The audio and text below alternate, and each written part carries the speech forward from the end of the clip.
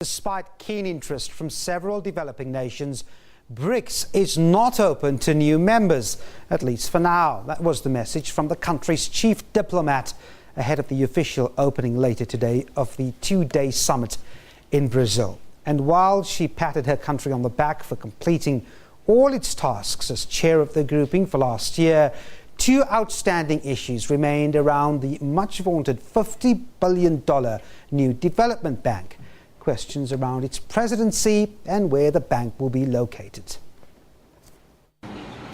Charting a new world order, a group that speaks as a collective, even when a tussle to host the new development bank is likely to be thrashed out behind closed doors. This will be the picturesque backdrop as leaders from the world's leading emerging economies gather to carve out a new trajectory in development financing and banking. Among the main issues will be advancing national interests, infrastructure integration and development, and global governance reforms. But South Africa would not be drawn on reports that China, the world's second largest economy, was making a strong play to host the bank in Shanghai. The two remaining aspects have always and will always have been to be concluded by the heads of states. She indicated that BRICS, although not an exclusive club, was not adding to the group of five. Well, we're looking at the ethos.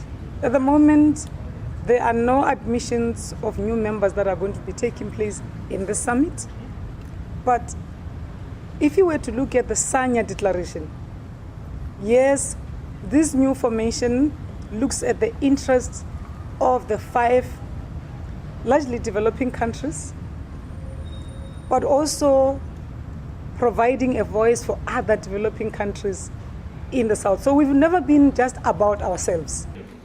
Among the main accomplishments over the last year was the formation of the BRICS Business Council, chaired by businessman Patrice Motsepe, expected to make recommendations here about easing business and trade relations within the group.